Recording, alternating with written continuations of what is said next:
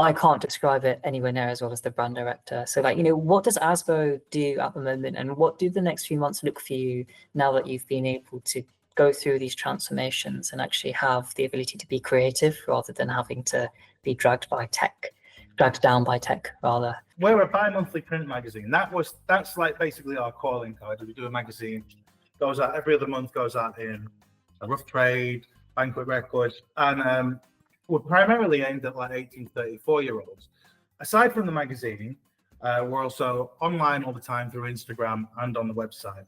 The whole reason why we started up the charity and do ASBO magazine basically is for anyone who is tried to get into the media industry will probably know that it's a bit of a walled garden unless you're in the know, you know someone, or unless you're able to afford to work 5 days a week for free, and you eventually might get a job.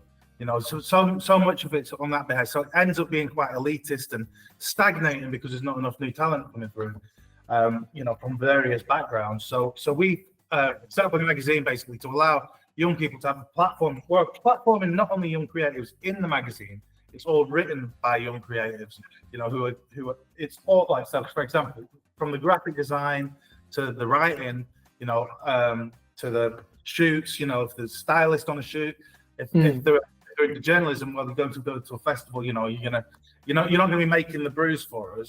No, you're actually going to be producing the magazine. You're going to be pitching the content to us because, who are we to tell young people what's new?